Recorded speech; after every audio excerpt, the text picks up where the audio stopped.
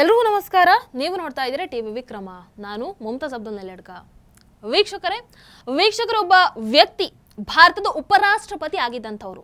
ಅವರ ಮೇಲೆ ರಾ ಮಾಹಿತಿ ಲೀಕ್ ಮಾಡಿದಂಥ ಆರೋಪ ಬಂದರೆ ಅದು ದೇಶಕ್ಕೆ ಎಷ್ಟು ದೊಡ್ಡ ಗಂಭೀರ ವಿಚಾರ. ಅಂಡ್ ಅದೇ ವ್ಯಕ್ತಿ ಕೂತ್ಕೊಂಡು ಈಗ ಭಯೋತ್ಪಾದಕರ ಕೆಲಸವನ್ನ ಉತ್ಸಾಹ ಅಂತ ಕರೆದ್ರೆ ಭಾರತೀಯರಾಗಿ ನಿಮಗೆ ಏನನ್ಸುತ್ತೆ? ಯಾಕಿದನ್ನ ಹೇಳ್ತಾ ಇದ್ದೀನಿ ಅಂತ विवरवागी ತಿಳಿಸೋದಕ್ಕೂ ಮೊದಲು ಈ ಒಂದು ವಿಡಿಯೋವನ್ನು ನೋಡ್ಕೊಂಡು ಬನ್ನಿ. देखिए वहां पे उस एज ग्रुप में एक जज्बा होता है, उस जज्बे को समझना चाहिए. वो तो टेररिस्ट हैं, वो तो टेररिस्ट गिनाए जाते हैं.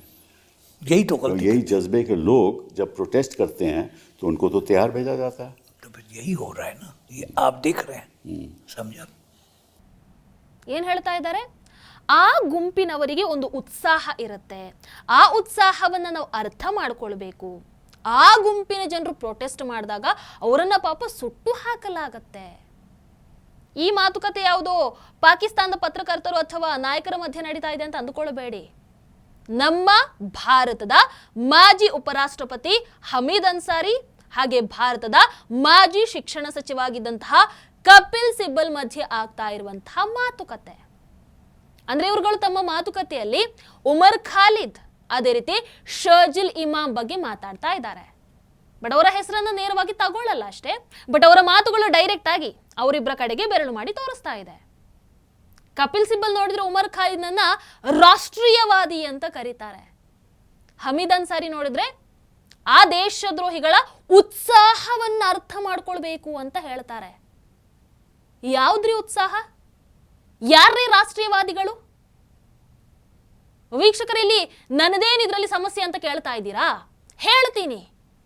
ಭಯೋತ್ಪಾದಕ ಬುರ್ಹಾನ್ ವಾನಿಯನ್ನ ಬೆಂಬಲಿಸಿದಂಥವ್ರು, ಅಫ್ಜಲ್ ಗುರುವನ್ನ ಬೆಂಬಲಿಸಿದಂಥವ್ರು, ಭಾರತ ತೇರೆ ತುಕಡೆ ಹೋಂಗೆ ಅಂತ ಘೋಷಣೆಗಳನ್ನು ಕೂಗಿದಂಥವ್ರು, ಕಾಶ್ಮೀರವನ್ನ ಸ್ವತಂತ್ರಗೊಳಿಸಬೇಕು ಅಂತ ಬಯಸಿದಂಥವ್ರು, ದೆಹಲಿ ಗಲಭೆಗೆ ಸಂಚನ್ನ ರೂಪಿಸಿ ಅನೇಕ ಅಮಾಯಕ ಹಿಂದೂಗಳ ಸಾವಿಗೆ ಕಾರಣ ಆದಂಥವ್ರು, ಅಸ್ಸಾಂನನ್ನ ಭಾರತದಿಂದ ನಾವು ಕತ್ತರಿಸೋಣ, ಬೇರ್ಪಡಿಸೋಣ ಅಂತ ಯೋಜನೆಯನ್ನ ಹಾಕೊಂಡಂಥವ್ರು, ಇವರ ಯಾವ ಉತ್ಸಾಹವನ್ನ ದೇಶ ಅರ್ಥ ಮಾಡ್ಕೊಳ್ಬೇಕು?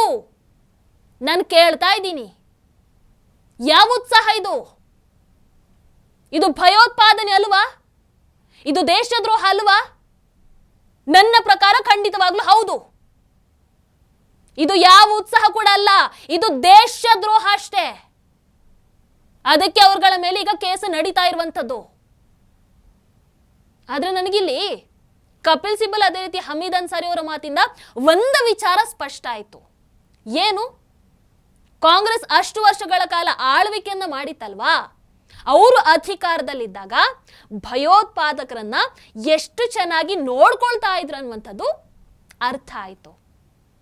ಯಾಕಂದ್ರೆ ಇವರು ಪಾಪ ಅರ್ಥ ಮಾಡ್ಕೊಳ್ತಾ ಇದ್ರು ಅವ್ರುಗಳನ್ನ. ಏನೋ ಪಾಪ ಉತ್ಸಾಹದಿಂದ ಬಂದು ಭಯೋತ್ಪಾದಕ ದಾಳಿಯನ್ನು ಮಾಡ್ತಾ ಇದ್ರು.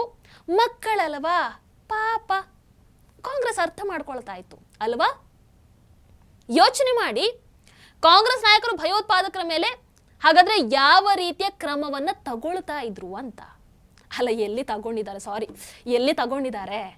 ಬಾಯಿಗೆ ಪ್ಲಾಸ್ಟರ್ ಹಾಕೊಂಡು ಕೂತಿದ್ರು. ಆಗ ಅವರಿಗೆ ಮಾತಾಡಕ್ಕೆ ಆಗ್ತಾ ಇರಲಿಲ್ಲ ಪಾಪ. ಈಗ ಮೋದಿಜಿ ಬಂದಾಗ ಎಲ್ಲ ಬೊಬ್ಬೆ ಹಾಕೊಂಡು ಬರ್ತಾರೆ. ಬಹುಶಃ ಅದಕ್ಕೆ ಕಾಂಗ್ರೆಸ್ ಸರ್ಕಾರದ ಅಷ್ಟೂ ವರ್ಷಗಳಲ್ಲಿ ನಮ್ಮ ದೇಶ ಅನೇಕ ಉಗ್ರ ದಾಳಿಗಳನ್ನು ಕಂಡಿರುವಂಥದ್ದು. ದಿನ ಬೆಳಗಾದ್ರೆ ದಾಳಿಗಳ ಸುದ್ದಿ, ಸಾಮಾನ್ಯ ಜನರ ಸಾವಿನ ಸುದ್ದಿ. ದುರಂಧರ ಸಿನಿಮಾದಲ್ಲಿ ಏನು ಸುಮ್ಮನೆ ತೋರಿಸಿಲ್ಲ ಅಲ್ವಾ, ಇರೋ ಘಟನೆಯನ್ನು ತೋರಿಸಿರುವಂಥದ್ದು.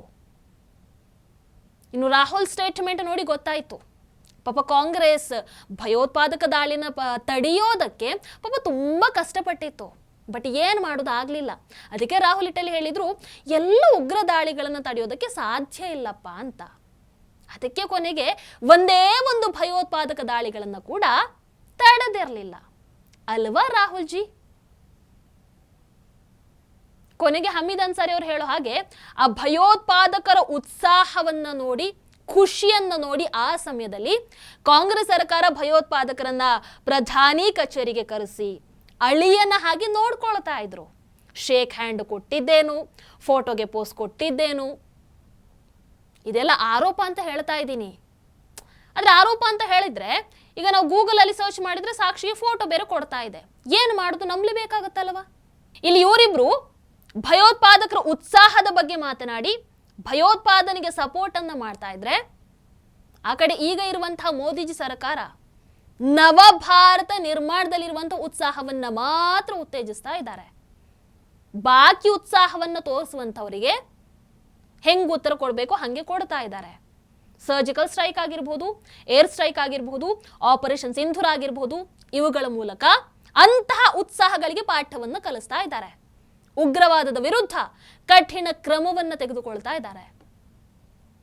ವೀಕ್ಷಕರು ಅದೇ ವಿಡಿಯೋದಲ್ಲಿ ಮುಂದೆ ಕಪಿಲ್ ಸಿಬಲ್ ಮಾತಾಡ್ತಾ ಹೇಳ್ತಾರೆ, ನಾವು ಆ ಮಕ್ಕಳ ಕಣ್ಣಿಂದ ಈ ಜಗತ್ತನ್ನ ನೋಡಬೇಕು ಅಂತ. ಅಗೈನ್ ಅವರು ಇಲ್ಲಿ ಉಮರ್ ಖಾಲಿದ್ ಹೆಸರನ್ನಾಗ್ಲಿ ಶರ್ಜಿಲ್ ಇಮಾಮ್ ಹೆಸರನ್ನಾಗ್ಲಿ ಡೈರೆಕ್ಟ್ ಆಗಿ ತಗೊಳ್ಳಲ್ಲ. ಆದ್ರೆ ವಿಷಯ ಮತ್ತೆ ಅವರದೇ ಪಾಯಿಂಟ್ ಆಫ್ ವ್ಯೂ ಅಲ್ಲಿ ಬರ್ತಾ ಇರುವಂತದ್ದು ಇದು. ಕಪಿಲ್ ಸಿಬಲ್ ಅವರ ಈ ಮಾತಿಗೆ ನಂದು ಒಂದಷ್ಟು ಪ್ರಶ್ನೆಗಳಿದಾವೆ. ನೀವು ಅದೇನೋ ಮಕ್ಕಳ ಕಣ್ಣಿಂದ ಜಗತ್ತನ್ನ ನೋಡೋದಕ್ಕೆ ಹೇಳಿದ್ರಲ್ವಾ, ನಾವ್ ಯಾಕ್ರಿ ಆ ಭಯೋತ್ಪಾದಕ ಮಕ್ಕಳ ಕಣ್ಣಿಂದ ಜಗತ್ತನ್ನ ನೋಡ್ಬೇಕು? ದೇಶವನ್ನ ತುಂಡು ಮಾಡೋದಕ್ಕೆ ಬಯಸೋರ ಕಣ್ಣಿಂದ ನಾವ್ ಯಾಕ್ರಿ ಜಗತ್ತನ್ನ ನೋಡ್ಬೇಕು? ಭಾರತವನ್ನ ವಿಭಜನೆ ಮಾಡೋದಕ್ಕೆ ಬಯಸಿದಂಥವ್ರ ಕಣ್ಣಿಂದ ನಾವ್ ಯಾಕ್ರಿ ಜಗತ್ತನ್ನ ನೋಡ್ಬೇಕು? ಭಾರತದ ರಸ್ತೆಗಳನ್ನ ಬಂದ್ ಮಾಡಿ ದಂಗೆ ಎಬ್ಬಿಸೋದಕ್ಕೆ ಬಯಸೋರ ಆ ಕಣ್ಣಿಂದ ನಾವು ಯಾಕ್ರಿ ಜಗತ್ತನ್ನ ನೋಡಬೇಕು? ನಮಗೆ ಭಾರತದಿಂದ ಸ್ವಾತಂತ್ರ್ಯ ಬೇಕು ಅಂತ ಘೋಷಣೆಗಳನ್ನು ಕೂಗ್ತಾರಲ್ಲ, ಅಂಥವರ ಕಣ್ಣಿಂದ ನಾವ್ ಯಾಕ್ರಿ ಜಗತ್ತನ್ನ ನೋಡಬೇಕು? ಇವತ್ತಿನ ಭಾರತ ಆಗಿರ್ಬೋದು, ಇವತ್ತಿನ ನವ ಭಾರತದ ಜನ ಆಗಿರ್ಬೋದು, ತಮ್ಮದೇ ಕಣ್ಣಿಂದ ಜಗತ್ತನ್ನ ನೋಡ್ತಾ ಇದ್ದಾರೆ. ನಮಗೆ ನಿಮ್ಮ ಯಾವ ದೃಷ್ಟಿಯ ಬೋಧನೆಯ ಅವಶ್ಯಕತೆ ಕೂಡ ಇಲ್ಲ. ಅದರಲ್ಲೂ ಈಗಿನ ಜೆನ್ಸಿಗಳಿಗೆ ಈ ವಿಚಾರ ಇನ್ನೂ ಅದ್ಭುತವಾಗಿ ಗೊತ್ತಾಗ್ತಾ ಇದೆ. ಕಾಂಗ್ರೆಸ್ಗೆ ಅದೇ ಅಲ್ವಾ ಪಾಪ, ಬೇರೆಯವರ ಕಣ್ಣಿಂದ ಜಗತ್ತನ್ನ ನೋಡಿನೇ ಅಭ್ಯಾಸ, ಹಳೆ ಅನುಭವ. ಒಮ್ಮೆ ಪಾಕಿಸ್ತಾನದ ಕಣ್ಣಿಂದ ನೋಡೋದು, ಒಮ್ಮೆ ಅಮೆರಿಕದ ಕಣ್ಣಿಂದ ನೋಡೋದು, ಒಮ್ಮೆ ನಕ್ಸಲರ ಕಣ್ಣಿಂದ ನೋಡೋದು. ಹೆಮ್ಮೆಯ ಭಾರತೀಯರ ಕಣ್ಣಿಂದ ನೋಡೋದು ಬಿಟ್ಟು ಬೇರೆ ಎಲ್ಲ ಕಣ್ಣಿಂದ ನೋಡಿರ್ತಾರೆ.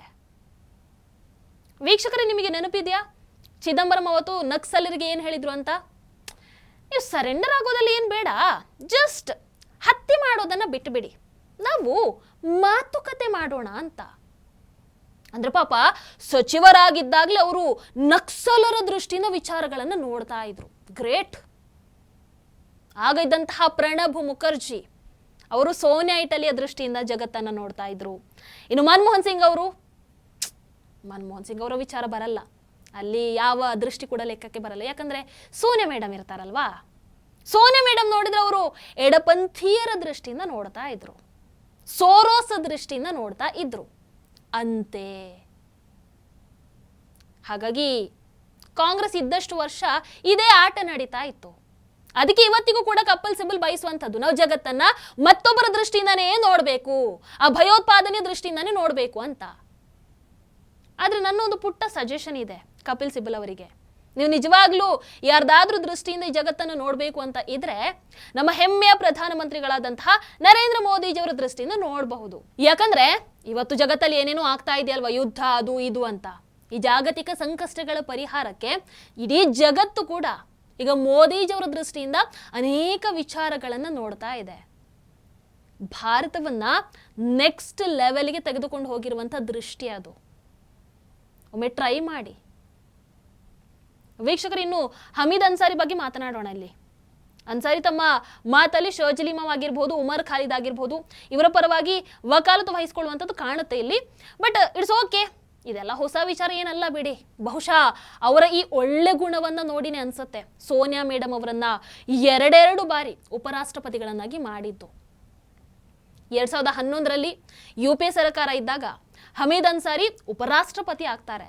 ಆ ಸಮಯದಲ್ಲಿ ಪಾಕಿಸ್ತಾನದ ಒಬ್ಬ ಪತ್ರಕರ್ತ, ISI ಏಜೆಂಟ್, ಯಾರು ISI ಏಜೆಂಟ್ ನುಸ್ರತ್ ಮಿರ್ಜಾನನ್ನ ಭಾರತಕ್ಕೆ ಆಹ್ವಾನ ಮಾಡ್ತಾರೆ.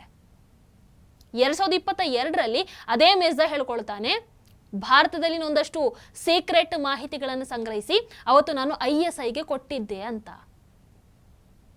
ಅಂದ್ರೆ ಒಂಥರ ಹಮೀದ್ ಅನ್ಸಾರಿ ನಮ್ಮ ಮಾಹಿತಿಗಳನ್ನ ಲೀಕ್ ಮಾಡಿದ್ರು ಅನ್ನೋ ರೀತಿಯ ಆರೋಪ ಇದು. ಅದಕ್ಕೆ ಸರಿಯಾಗಿ ಆ ಮಿರ್ಜಾ ಭಾರತಕ್ಕೆ ಬಂದು ಹೋಗಿ 1 ವರ್ಷದ ನಂತರ 2013ರಲ್ಲಿ ಹೈದರಾಬಾದಲ್ಲಿ ಸೀರಿಯಲ್ ಬ್ಲಾಸ್ಟ್ಗಳು ನಡೆಯುತ್ತೆ. ಡಾಟ್ಸ್ ಕನೆಕ್ಟ್ ಮಾಡ್ಕೊಳ್ಳಿ, ದುರಂಧರ್ ಸಿನಿಮಾವನ್ನು ನೆನಪಿಸ್ಕೊಳ್ಳಿ. ಉಪರಾಷ್ಟ್ರಪತಿ ಆಗೋ ಮೊದಲು ಹಮೀದ್ ಅನ್ಸಾರಿ 1990ರಿಂದ 1992ರವರೆಗೆ ಇರಾನ್ನಲ್ಲಿ ಭಾರತದ ರಾಯಭಾರಿ ಆಗಿರ್ತಾರೆ. ಆಗಲೂ ಅವರ ಮೇಲೆ ಇದ್ದಂತಹ ಗಂಭೀರ ಆರೋಪ ಏನು ಗೊತ್ತಾ?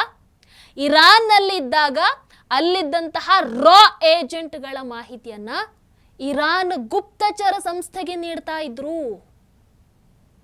ಹಿರಿಯ ಪತ್ರಕರ್ತ ಪ್ರದೀಪ್ ಸಿಂಗ್ ಹೇಳೋ ಪ್ರಕಾರ ಆ ಮಾಹಿತಿ ಕೊಟ್ಟ ನಂತರ ಇರಾನ್ನಲ್ಲಿದ್ದಂತಹ ರಾ ಏಜೆಂಟ್ಗಳನ್ನ ಕೊಲ್ಲಲಾಯಿತು ಅನ್ನುವಂತಹ ಆರೋಪಗಳು ಕೂಡ ಇದಾವೆ ಹಮೀದ್ ಅನ್ಸಾರಿ ಮೇಲೆ. ದುರಂಧರ್ ಸಿನಿಮಾ ಯಾಕೆ ಪ್ರೊಪಗ್ಯಾಂಡಾ ಸಿನಿಮಾ ಆಗಿ ಇವರಿಗೆ ಕಾಣಿಸುತ್ತೆ ಅಂತ ಗೊತ್ತಾಯ್ತಲ್ವಾ? ವೀಕ್ಷಕರು 2017ರಲ್ಲಿ ರಾನ ಮಾಜಿ ಅಧಿಕಾರಿಗಳು ಪ್ರಧಾನಮಂತ್ರಿ ನರೇಂದ್ರ ಮೋದಿಜಿ ಅವರಿಗೆ ಪತ್ರವನ್ನು ಬರೀತಾರೆ. ಹಮೀದ್ ಅನ್ಸಾರಿಯ ಇರಾನ್ ಕಾರ್ಯಕಾಲದ ಬಗ್ಗೆ ಒಂದು ತನಿಖೆಯನ್ನು ನಡೆಸಿ ಕೇಳ್ಕೊಳ್ತಾರೆ. ಆ ಪತ್ರದಲ್ಲಿ ಅವರು ಇರಾನ್ ಗುಪ್ತಚರ ಸಂಸ್ಥೆ ಜೊತೆಗೆ ಇವರಿಗೆ ಸಂಪರ್ಕ ಇದ್ದಿರಬಹುದು ಅಂತ ಕೂಡ ಆರೋಪವನ್ನ ಮಾಡ್ತಾರೆ. ಹಾಗಾಗಿ ಇಲ್ಲಿ ಕಪಿಲ್ ಸಿಬಲ್ ಆಗ್ಲಿ, ಹಮೀದ್ ಅನ್ಸಾರಿ ಆಗ್ಲಿ ಇಲ್ಲಿ ಕೂತ್ಕೊಂಡೇನು ಹೊಸದೇನು ಹೇಳ್ತಾ ಇಲ್ಲ ಅಥವಾ ಹೊಸದೇನು ಮಾತಾಡ್ತಾನೂ ಇಲ್ಲ. ಭಯೋತ್ಪಾದಕರು, ನಕ್ಸಲರು, ದೇಶದ್ರೋಹಿಗಳು ಇವರೆಲ್ಲರ ಪರ ನಿಲ್ಲುವಂಥದ್ದು ಕಾಂಗ್ರೆಸ್ ಪಕ್ಷದ ನೀತಿ, ಕಾಂಗ್ರೆಸ್ ಪಕ್ಷದ ಧರ್ಮ ಅಂತ ನಾನಲ್ಲ, ಜನನೇ ಹೇಳ್ತಾ ಇದ್ದಾರೆ. ಈ ಕಪಿಲ್ ಸಿಬಲ್ ಅಥವಾ ಅನ್ಸಾರಿ ಹೇಳಿಕೆಗಳ ಬಗ್ಗೆ ಭಾರತಕ್ಕೆ ಇವ್ರುಗಳು ಮಾಡಿರುವಂತಹ ಆ ಉಪಕಾರದ ಬಗ್ಗೆ ನಿಮ್ಮ ಅಭಿಪ್ರಾಯನು ಕಮೆಂಟ್ ಮಾಡಿ ತಿಳಿಸಿ. ಜೈ ಹಿಂದ್. ಟಿವಿ ವಿಕ್ರಮ, ದೇಶ ನಿಮ್ಮ ಕೈಯಲ್ಲಿ.